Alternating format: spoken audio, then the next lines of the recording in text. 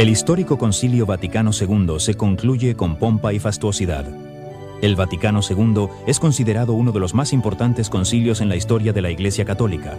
Produjo 16 documentos designados para modernizar el papel de la Iglesia en el mundo. La bendición final fue dada para toda la congregación y el mundo entero. Eta in pace, id en paz. Con esas palabras, el Papa Pablo VI concluyó el Concilio Vaticano II.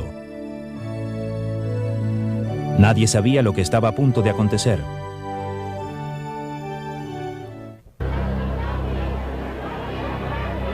Las décadas después del Vaticano II han sido turbulentas.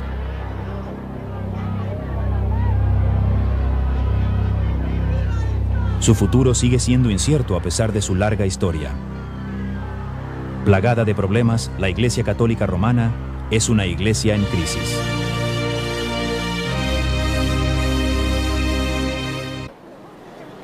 Se han planteado diferentes causas de la crisis, pero ¿no será que el problema real está entretejido en las mismas doctrinas de la Iglesia Católica Romana? Mi nombre es José Borrás, soy ex religioso de las escuelas pías en la ciudad de Albacete.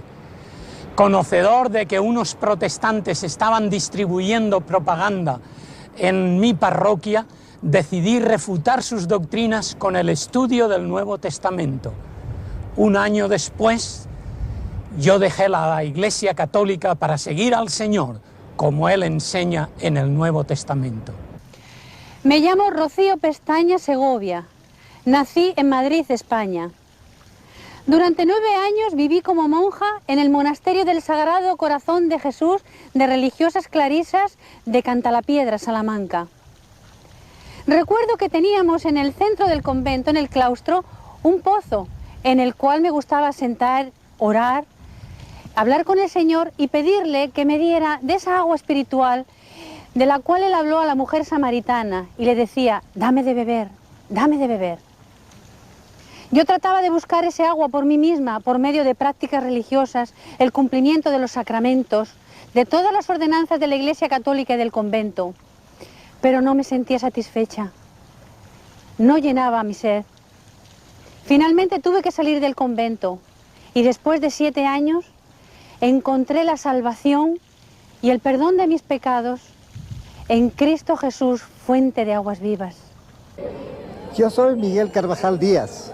Yo estudié en este convento por varios años para prepararme para ser sacerdote franciscano. Tenía grandes inquietudes, una necesidad muy grande de buscar a Dios, de tener una respuesta sobre los dogmas, pero no lo encontraba. Pero gracias a Dios que había alguien que me hablara del Evangelio y yo finalmente le recibí al Señor Jesucristo como mi Salvador personal. Salí de aquí y ahora estoy predicando el Evangelio del Señor Jesucristo. Mi nombre es María del Pilar Solís Díaz. Este fue mi hogar por muchos años, en especial 19 años que pertenecía a la Congregación de Hijas de María Inmaculada de Guadalupe. Entré a la vida religiosa queriendo conocer y servir al Señor de tiempo completo. El año en que hice mis votos perpetuos empecé a estar enferma de ataques epilépticos. Recurrí a muchos médicos y también hice oración a los santos y a la Virgen de Guadalupe, pero sin ningún resultado. No recibí la salud. Salí de la vida religiosa, enferma, y un amigo mío me recomendó ir a una comunidad cristiana. Allí escuché por primera vez que solo en Jesucristo tenemos la salvación, que solo en Él tenemos la sanidad. Estos y miles más como ellos han vuelto a examinar su fe católica romana, los mandamientos, el papel de María, la misa y aún el mismo camino para ir al cielo. ¿Cómo se comparan las doctrinas de la Iglesia Católica Romana con las de la Sagrada Escritura?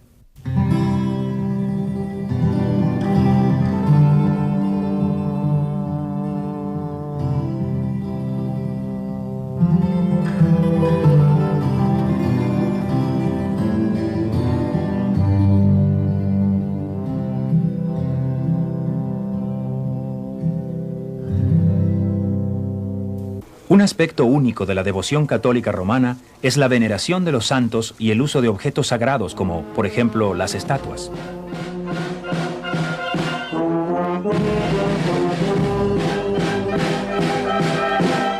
El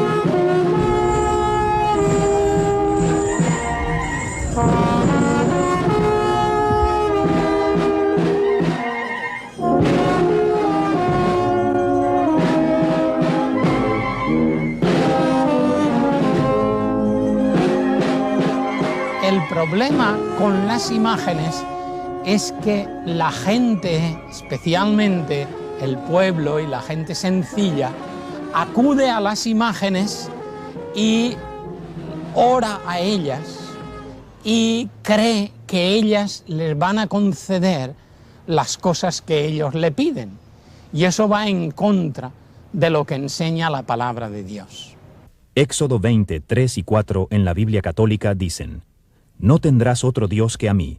No te harás esculturas ni imagen alguna de lo que hay en lo alto de los cielos, ni de lo que hay abajo sobre la tierra, ni de lo que hay en las aguas debajo de la tierra. La Iglesia Católica tiene su propia lógica acerca de ese mandamiento, y así ella se permite el lujo de esconder ese segundo mandamiento: no te harás imagen, como una coletilla al final del primero, en vez de ponerlo en su lugar como el segundo mandamiento. Empiezan a amar a Dios sobre todas las cosas, el primer mandamiento. El segundo, no tomarás el nombre de Dios en vano. Y así por el estilo, pero no se dice, no te harás imagen ni semejanza de nada de lo que hay en los cielos, ni en la tierra, ni debajo de la tierra. Y como falta un mandamiento, entonces el último lo dividen en dos. La Iglesia romana dice, no desearás la mujer de tu prójimo, el noveno. El décimo, no codiciarás nada que sea de tu prójimo. Y todo eso está en la palabra de Dios en el décimo. Miguel Ángel Tiscar fue ordenado sacerdote en la Catedral de Toledo, España. ¿Y por qué han omitido el segundo mandamiento? Y a través de peregrinaciones y de santuarios y de vírgenes y de santos y de imágenes, tratan de camuflar la cosa del dinero. Pero al fin y al cabo es dinero, dinero y dinero. Y repito, es la palabra de Dios la que dice, el amor al dinero es la causa de todos los males. Aunque está claro lo que dice la Escritura, siguen las tradiciones de la Iglesia.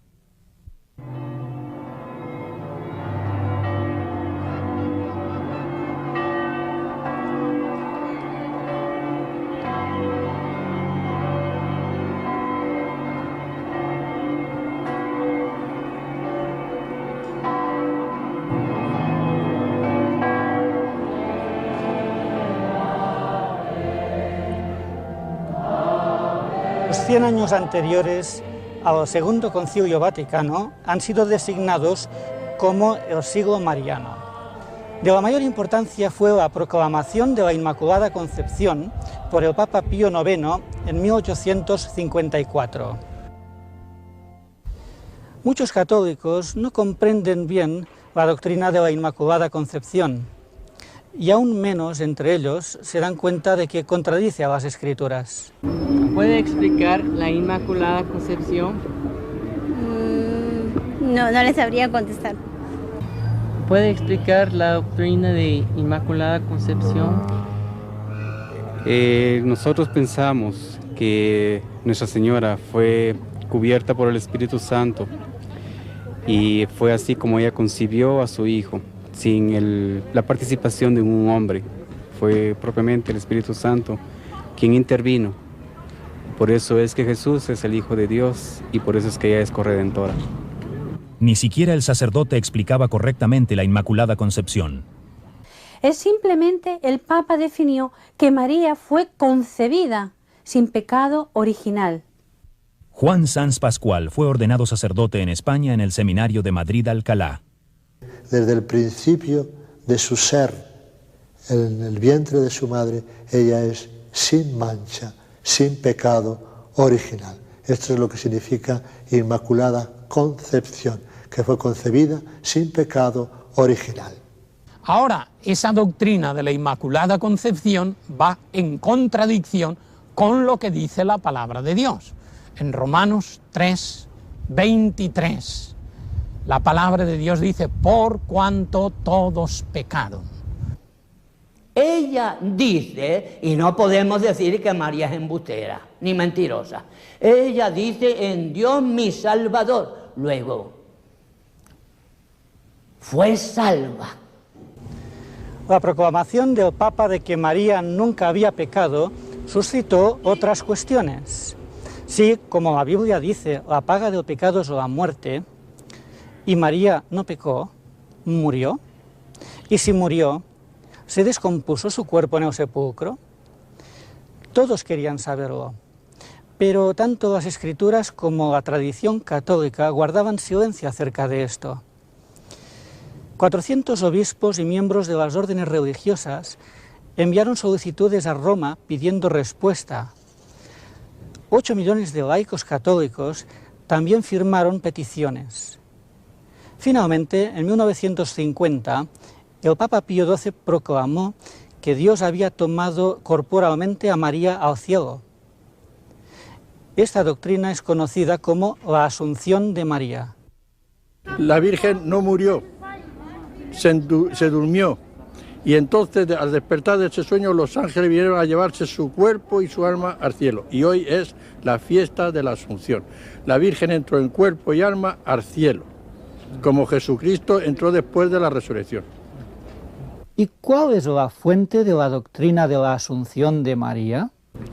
La Asunción de María viene a través de la doctrina de la Iglesia, a través de los papas. Fue evolucionando. La doctrina de la Asunción de María en la Iglesia Católica Romana, pues si se basa en falsas tradiciones también, no en la palabra de Dios. La Inmaculada Concepción, la virginidad perpetua de María y la Asunción de María a los cielos son no leyes eclesiásticas, sino dogmas. Y como tales tienen que ser creídas por toda persona que quiera ser considerada como buena católica y permanecer dentro de la Iglesia Católica. Cuando las prácticas religiosas del pueblo llegan a ser la fuente de la doctrina, el sentimiento popular es elevado a la categoría de revelación divina, y con ello se hace inevitable la distorsión de la verdad. Los relatos bíblicos de María la presentan como una humilde y fiel sierva de Dios. Pero la tradición católica ha confundido su posición con la del mismo Cristo. Se alega que ha aparecido con un papel muy poco característico de promover su propia gloria. En 1917 se apareció en Fátima. Allí anunció: Dios quiere establecer en el mundo la devoción a mi Inmaculado Corazón. Mi Inmaculado Corazón será vuestro refugio y el camino para conduciros a Dios. Pues tenemos fe en las imágenes. Para mí sí, es como, sí, Dios. Por ejemplo, la Virgen de Guadalupe es la madre de, la Virgen María es la madre de Jesús. Y para mí pues, es Dios. Ya le digo que me acuerdo más veces, a lo mejor en los momentos de eso, de la Virgen casi que de Jesús. Que también, y para mí es lo fundamental, pero no lo sé, que a lo mejor recurro más veces a ella. La Iglesia Católica declara que María es la mediadora de todas las gracias. A Jesús por María muy fácil, que el camino más fácil es para llegar a Dios, María, que María es como una escalera. Y entonces subimos por la escalera a Jesús, María en la escalera. La teología católica, apoyada en estas consideraciones, es como le llama a la Virgen la omnipotencia intercedente, es decir, ella es la que obtiene todo lo que pide. Porque la Virgen es una intercesora nuestra. Como usted que puede tener sus palancas para ver a una persona superior a usted, puede tener un amigo muy amigo de esa persona y es su palanca para ir a esa persona, así nosotros, intercede ella por nosotros. La ve con sus manitas juntas, es porque siempre está en actitud de oración y ora por nosotros, ella intercede por nosotros, es nuestra intercesora. Que es un disparate verdadero. El Señor no necesita palanca de nadie, absolutamente. No tiene que moverse, basta con decir, hágase y las cosas son hechas. Repito, el apóstol Pablo dice que solo hay un mediador, Cristo. Si Cristo es el mediador, bueno, pues no hay más mediadores que Él. Y como Él es el omnipotente y en todas partes está como Dios, Dios nos oye y vamos a Él con la confianza de que va al Todopoderoso. Ese es el gran error del marianismo o de la doctrina de María, que se pone a María, la Madre de Jesús, en el mismo lugar que a Jesucristo. El papel que Nuestra Señora juega en la Iglesia Católica, en todo el mundo, no solo en Guatemala, es de corredentora. Es decir, ella junto con Jesús ayudó a la salvación de la humanidad. Ese es el sentimiento que existe aquí en Guatemala y en el mundo, en el catolicismo. La ponen como corredentora. Corredentora. O sea que la están poniendo a María junto o en el mismo lugar que Jesucristo, ganando para nosotros esa salvación. Ese es el gran error. María es un modelo para las personas en cuanto a su obediencia y su humildad, pero nada más. La Iglesia Católica ha puesto a María en el lugar en que otras religiones antiguas ponían a sus diosas.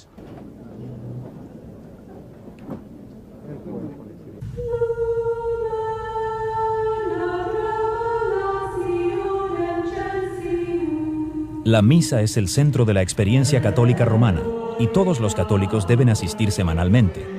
La Iglesia Católica dice que la misa es una representación de la última cena. Aquella noche, Jesucristo tomó pan y vino diciendo, «Esto es mi cuerpo y esto es mi sangre». La Iglesia romana enseña que con esas palabras se produce un cambio milagroso. Luego Cristo enseñó a sus discípulos, «Esto haced en memoria de mí». La respuesta de la Iglesia romana a ese mandamiento es la misa. Cuando el sacerdote católico romano pronuncia esas palabras de Cristo de la última cena, los católicos creen que se produce un cambio en el pan y el vino, que realmente se transforman en el cuerpo y la sangre de Jesucristo. El catolicismo romano enseña que un milagro se realiza cuando el sacerdote dice, «Tomad y comed todos de él, porque esto es mi cuerpo que será entregado por vosotros». La Iglesia Católica enseña que la hostia deja de ser pan y ahora es realmente el cuerpo de Cristo. Los católicos creemos que Cristo se convierte en el pan y el vino, se transforman en el cuerpo y sangre de Jesús, completamente. Toda su alma, todo su cuerpo, toda su divinidad se encierran en un pedazo de pan.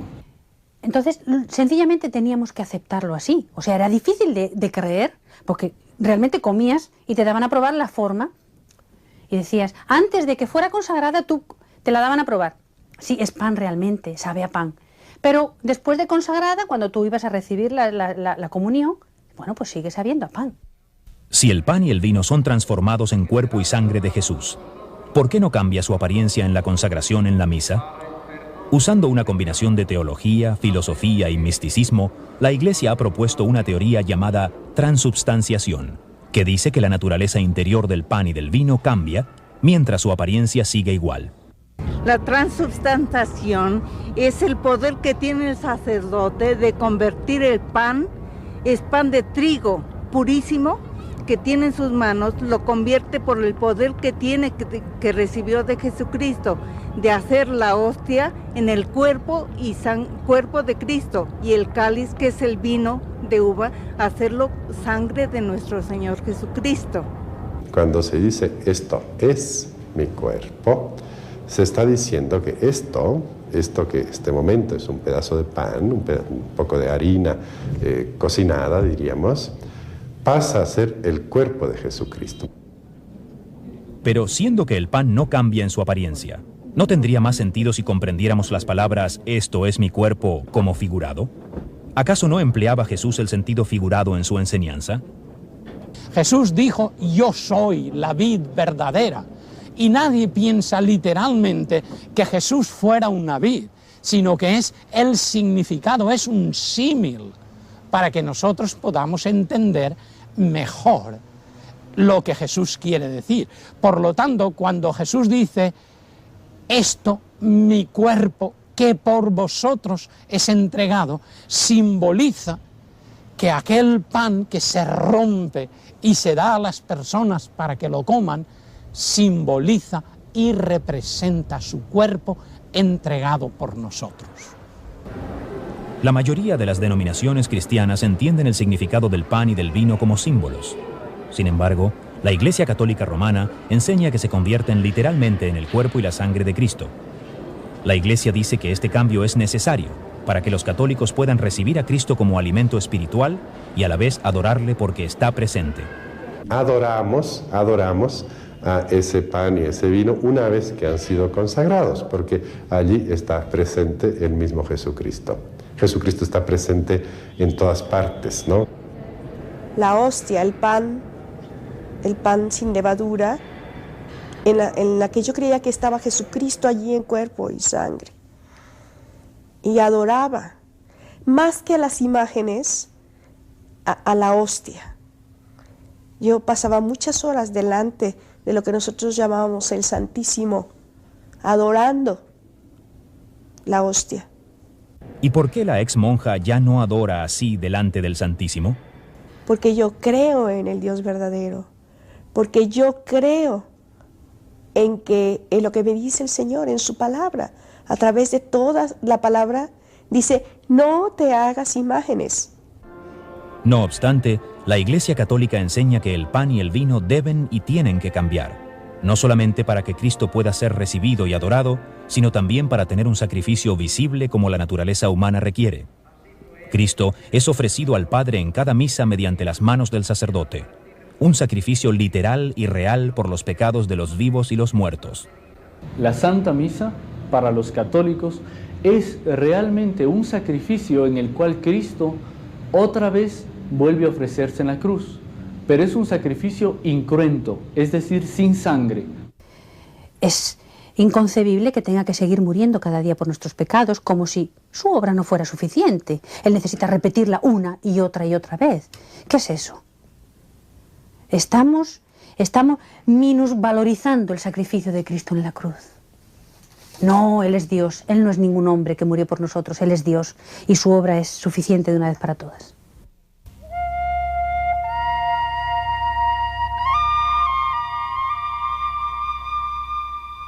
Según la Iglesia Católica, Dios creó a Adán y Eva con vida divina en sus almas, llamada gracia. Esta gracia se perdió cuando desobedecieron a Dios en el huerto del Edén y las puertas del cielo quedaron cerradas. Cristo restauró esta gracia al morir en la cruz. Otra vez se abrieron de par en par las puertas del cielo. Cristo había hecho su parte y ahora el hombre había de cooperar haciendo la suya. ¿Cuál es la parte del hombre? De la mayor importancia entre sus muchas responsabilidades para alcanzar la salvación, tenemos los 7 sacramentos. Cada sacramento provee una bendición distinta. El bautismo es el primer sacramento que se recibe. Limpia todos los pecados, da el nuevo nacimiento introduciendo en la vida de la gracia y hace del niño un miembro de la Iglesia Católica Romana.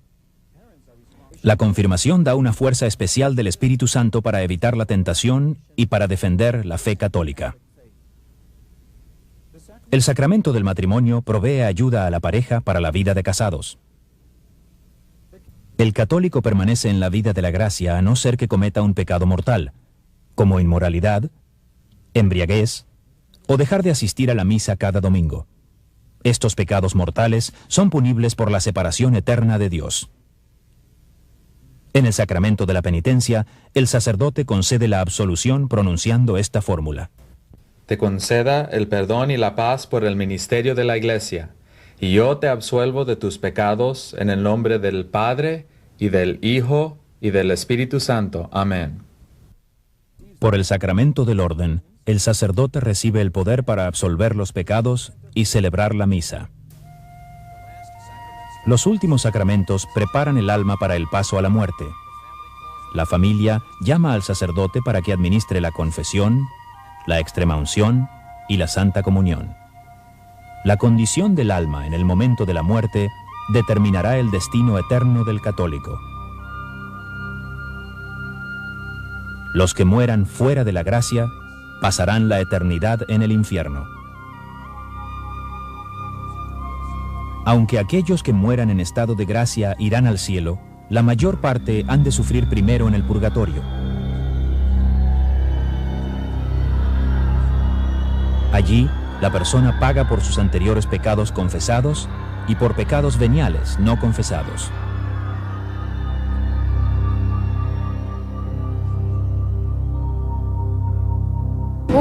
Quizá un lugar feo, horrible, en donde te hace arrepentirte de todo lo que has cometido aquí en la tierra.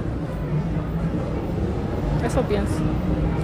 Ay, pues no lo sé, supongo que será un momento transitorio, ¿no? Como para terminar de ganárselo, ¿no? Es como aquí, cuando las cosas te dan medianamente mal, que dices, madre mía, ¿cuándo veré el respiro? Pues eso será así, digo yo. ¿Por qué? Porque dice la Iglesia, para llegar a Dios hay que llegar puros. Hay que llegar puros. Entonces, el purgatorio es el tiempo de purificación. Le preguntamos al sacerdote, si Cristo murió por nuestros pecados, ¿por qué hemos de ir al purgatorio? La Iglesia, por eso nos enseña, sabiéndonos, como decimos, pecadores limitados, por eso necesitamos ese paso de purificación. Pero en la propia gloria, yo no quiero entrar a purgatorio. Entonces, Cristo habló de Satanás y habló del infierno, pero nunca habló de un purgatorio ni de un lugar intermedio. No, nunca. Es el purgatorio una doctrina espúrea que no tiene fundamento en la palabra de Dios, pero eso sí, la Iglesia la ha sabido introducir para hacerse con las vidas y las haciendas y las personas, porque se les ata a un sacrificio, se les ata a una misa, se les ata a unas actividades y liturgias por las cuales incluso deben pagar dinero. La palabra de Dios nos dice que no por obras, para que nadie se gloríe, nadie se jacte. Si fuera por buenas obras la salvación, pues yo creo que las personas ricas tendrían más oportunidad. Pero realmente lo que nosotros necesitamos es recibir, aceptarle a Jesucristo como Salvador personal. Es su sangre la que nos ha comprado como el precio infinito para nuestra salvación, para nuestra vida eterna. Pero, ¿a los católicos les ha sido enseñada esta verdad? Preguntamos a los católicos romanos en todo el mundo hispano, ¿qué tiene que hacer uno para salvarse? ¿Qué necesita para ir al cielo? ¿Puede hacer una lista de cosas? Bueno, no una lista no, porque pues sería tardado, pero haciendo actos para mis semejantes sí lo podría hacer. Para ir al cielo pues se necesita amar al prójimo, principalmente, ¿va? Me imagino que portarme bien, ¿no? Necesito hacer oraciones, hacer buenas acciones, acercarme a Dios,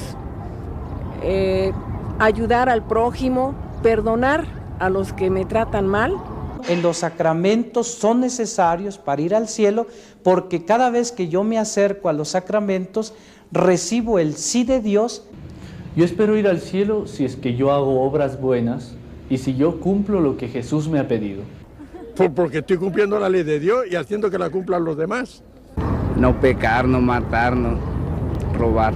Yo pienso que la persona buena pues hay que ser aquí en la tierra y ayudar al prójimo que nos ayuda. Guillermo J. Cogan, sacerdote católico, nos provee de un buen resumen del camino católico para ir al cielo, en su libro Catecismo para Adultos. Pregunta, ¿qué es necesario para salvarse? La respuesta que ese catecismo da apunta 8 requisitos.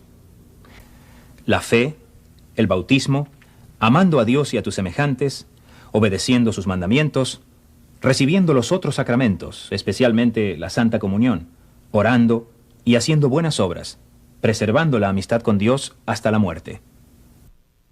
Yo quisiera que solamente leamos un versículo de la palabra de Dios en Juan capítulo 6, versículo 47. Jesús dijo, el que cree en mí tiene vida eterna. Así de sencillo, así de fácil. Parece fácil, pero sin embargo es lo más difícil porque tenemos que renunciar a todos estos conceptos humanos y religiosos para poner exclusivamente nuestra fe en Jesús. A través de su sacrificio nosotros tenemos la vida eterna. El renunciar a estos conceptos religiosos y humanos les resulta muy difícil a los católicos practicantes, especialmente a los miembros de las órdenes religiosas. Una noche, Rocío Pestaña Segovia, como una expresión de sus votos a la Iglesia, me grabé una cruz a fuego vivo como se marca una res. Puse una cruz al fuego y cuando estaba roja, me metí un pañuelo en la boca para no gritar, que nadie lo viera. El Evangelio católico. La doctrina católica es un evangelio a base de obras. Todo es según lo que tú hagas. Si lo haces correcto, bien, y si no, estás listo.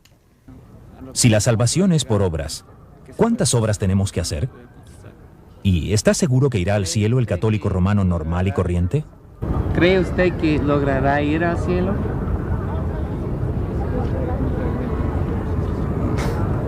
No, pues no sé. Eso ya es cosa que decide Dios. ¿Usted? Yo creo que pues nadie sabe, ¿no? Todos esperamos a lo que nos toque y ya, hasta ahí. No sé.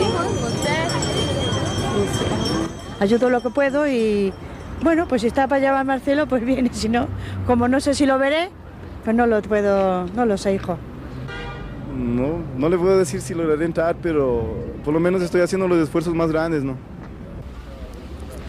Uy, yo qué sé, creo que es difícil, ¿eh? Y más hoy día. No lo sé, yo no me considero tan buena como para merecérmelo así, no sé. Si luego lo consigo no lo sé, pero no me lo creo. Claro que sí, vamos. ¿Para qué me sirve a mí 47 años de sacerdote? Bueno, ir al cielo. Yo creo que ir al cielo sería que yo fuera perfecta. Y eso es imposible. Miguel Carvajal recuerda cómo procuraba obtener la salvación cuando todavía pertenecía a los franciscanos. Dentro de la Iglesia Católica, especialmente la orden franciscana, que es una orden muy mística, se hacía toda clase de sacrificios. 3 veces a la semana, lunes, miércoles y viernes, en este templo muy grande, cerradas las puertas ya en la noche, nos desvestíamos y nos dábamos con unas cadenas de 5 puntas de acero que se llamaban disciplinas, y con esto nos pegábamos hasta terminar todo el Salmo 51, en la Biblia Católica es el Salmo 50, Miserere mei Deus secundum maniam misericordiam tuam. La carga del pecado, esa ha sido puesta sobre los hombros, sobre la cruz de Cristo, y Cristo satisfizo ya de una vez por todas por todos nuestros pecados. Tanto la culpa como la pena fueron satisfechas una vez por todas por Cristo nuestro Salvador.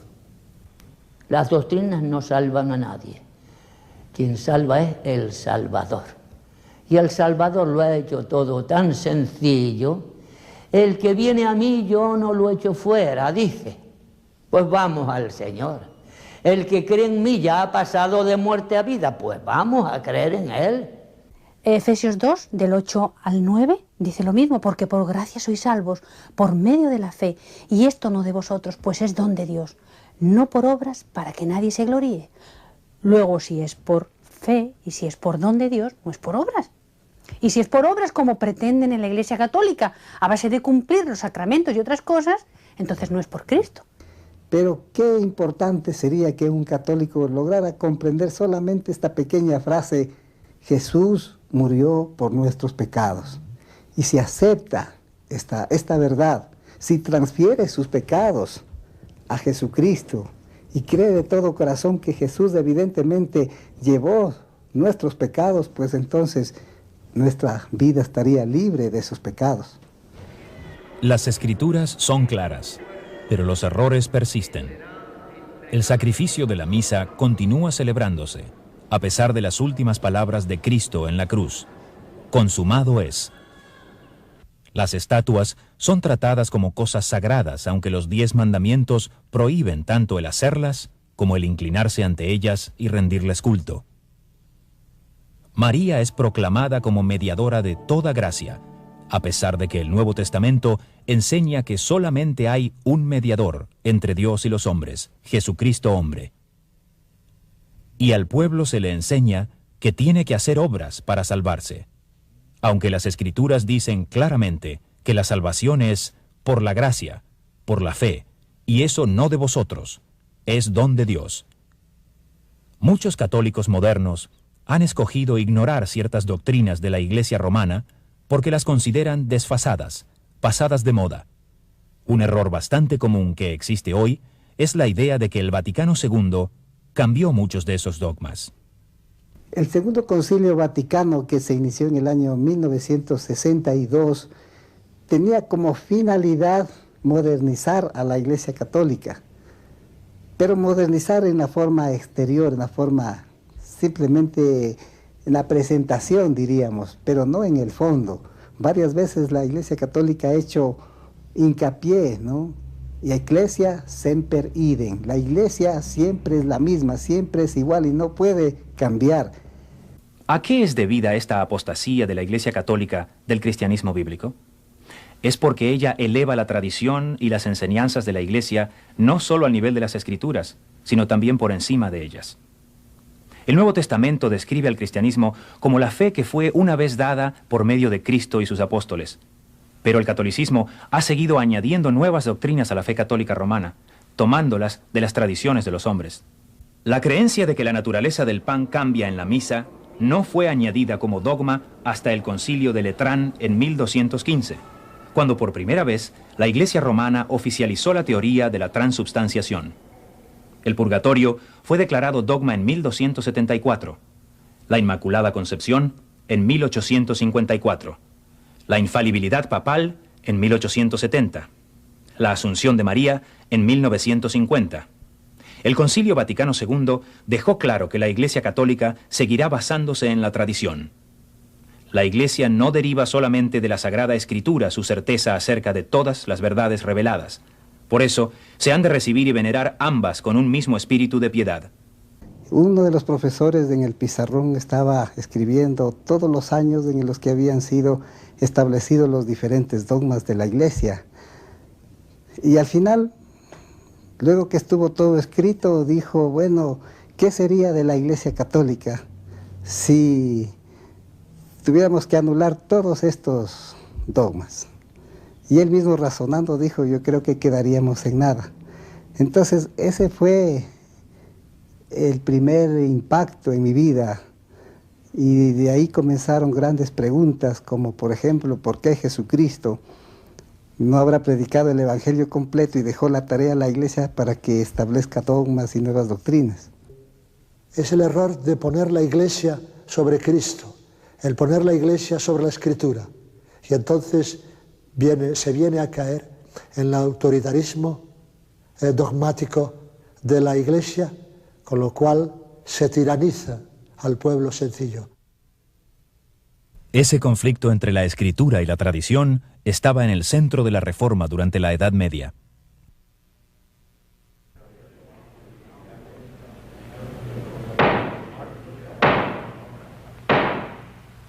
Doctor Lutero, ayer usted confesó que estos escritos son suyos. Díganos ahora,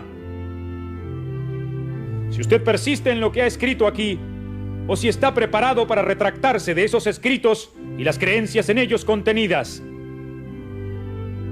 Pido perdón si soy aliado falto en cuanto a los modales que convienen en estas cortes.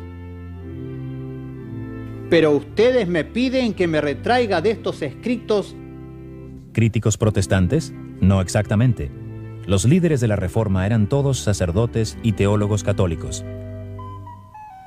El teólogo católico John Wycliffe fue uno de los primeros. Sus problemas comenzaron cuando empezó a enseñar que la Biblia es la única fuente de verdad. Roma lo silenció, y 44 años después de su muerte, exhumaron y quemaron sus huesos por su apartamiento de la autoridad de Roma. En 1415, el sacerdote y teólogo católico de la Universidad de Praga, John Huss, fue quemado en la pira. ¿Cuál fue su crimen? También había hecho de las Sagradas Escrituras su única regla en cuestiones de fe. Después de 16 años como sacerdote, Ulrico Zwinglio rompió con la Iglesia Católica cuando ya no pudo poner la tradición al mismo nivel que las Sagradas Escrituras. Juan Calvino estaba estudiando para el sacerdocio cuando experimentó la conversión espiritual. Dejó la Iglesia poco después. Martín Lutero era sacerdote y profesor de teología en la Universidad Católica de Wittenberg. Objetó a que los representantes del Papa vendiesen perdones para evitar el purgatorio, a fin de financiar la construcción de la Basílica de San Pedro. Lutero redactó una lista de 95 razones por las que esto era un error, y la clavó en la puerta de la iglesia en Wittenberg. Los escritos de Lutero ayudaron a formar los 3 principios rectores del llamamiento a la Reforma del siglo XVI. La Biblia es la única fuente de verdad para la salvación. El hombre es salvado por Dios mediante la sola fe. Cada creyente tiene acceso directo a Dios solo por medio de Jesucristo. Cuando le ordenaron que se retractase, Lutero respondió: «Mi conciencia es cautiva de la palabra de Dios». Escapó vivo por muy poco. Estos hombres fueron todos católicos leales, cuyos intentos de reformar su iglesia y devolverla al cristianismo bíblico se vieron enfrentados a una vigorosa oposición de parte de sus superiores. Este es un antiguo problema. Un día, mientras andaba por un trigal en día de sábado, el Señor Jesús tuvo también un choque acerca de la tradición con los líderes judíos de su tiempo. Sus discípulos estaban recogiendo espigas de trigo y comiéndolas. Además, cuando comían su pan, no se lavaban ceremonialmente las manos, según las enseñanzas de los rabís. En el capítulo 7 del Evangelio de Marcos leemos que los fariseos y los escribas preguntaron a Jesús: ¿por qué no andan tus discípulos conforme a la tradición de los ancianos?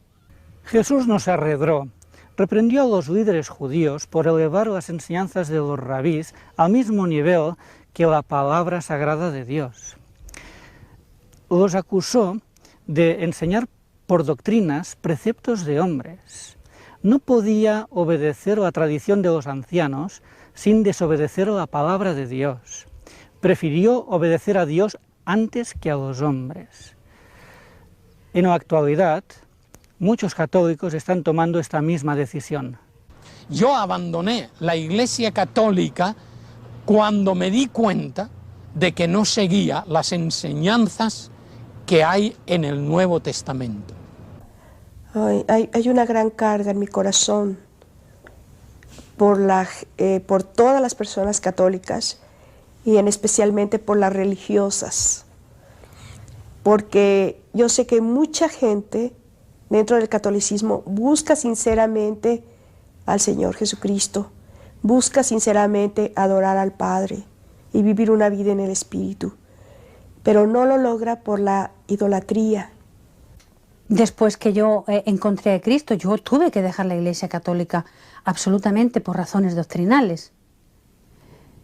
No tenía ninguna otra razón, porque les amo, he vivido, he nacido en la Iglesia Católica y todo, pero mi vida y mi conciencia es incompatible con ese tipo de doctrina. No es un cambio de religión, sino que es un cambio de vida, es un encuentro verdadero con Dios, es una experiencia personal Muchos de nosotros hemos creído que hemos estado en la verdad, pero la verdad es Jesucristo, no es la religión.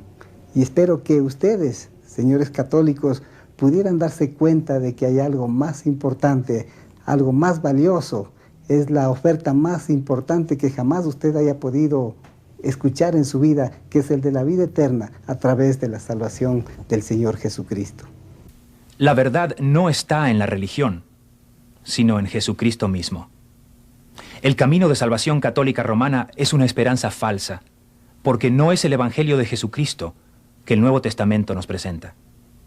Desilusionados con la doctrina católica romana, muchos están acudiendo a la Biblia buscando respuestas. Esos católicos se han sorprendido al encontrar lo que la Sagrada Biblia dice. Lo primero que me choqueó fue que la salvación es un don de Dios, por gracia y no por nada que nosotros hagamos, que traíamos una tradición diferente, portarnos bien, ir a misa los domingos, confesarnos, etc. Un don de Dios en el cual nosotros no tenemos que hacer nada, sino simplemente creer en el Hijo de Dios, creer que resucitó de los muertos por el poder del Padre. Dijo en la cruz, consumado es, no hay nada más para hacer. La Iglesia Católica no te va a dar esta libertad que Cristo te da. Yo temía a la muerte porque no estaba seguro del cielo. Yo no sabía dónde iría. Entonces yo veía que en la Biblia aseguraba que en este mundo se puede saber si uno es salvo. Lo que lo salva a uno es la sangre de Cristo, creyendo que Él es el Salvador y Señor de uno, personal, de la vida de uno, para que uno pueda entrar al cielo. ¿Qué sacrificio podría yo hacer para merecer entrar al Señor y verlo cara a cara cuando me muera? Ninguno. Estoy muy seguro que voy al cielo porque no radica, no se basa en mis hechos, en mis logros, sino que el Señor Jesucristo ha prometido que Él ha estado preparando un lugar para mí porque yo le he aceptado. Y eso es lo que me sorprendió, que nadie me dijo estas cosas. Yo tenía que aprenderlos por la Biblia y me dolió porque yo pensé que los padres o la gente en la iglesia es un deber de ellos a enseñarnos el camino y ellos no me enseñaron cómo llegar al cielo. Cada una de estas personas ha dejado la Iglesia Católica Romana. Pero no es tanto lo que han dejado, sino y mucho más lo que han encontrado en el Señor Jesucristo. O sea, antes yo cuando era católica y vivía de tradiciones y de cosas, yo pensaba en la muerte como algo horrible, ¿no? Algo no me hubiera querido morir nunca. Tenía temor, tenía miedo, pero ahora no. Ahora va a ser el día de fiesta cuando yo me vaya arriba, al cielo, a verlo cara a cara. Va a ser muy hermoso. Voy a ponerme de rodillas, físicamente de rodillas, y le voy a dar las gracias. Y que por mí pues nada más puedo hacer, que no hay ninguna obra que yo pueda hacer, que ya lo hizo del todo por mí. ¿Y qué podría hacer yo? Y yo no merecía tal sacrificio, que Dios mismo viniera a morir por mí. Creo que le adoraré por toda la eternidad.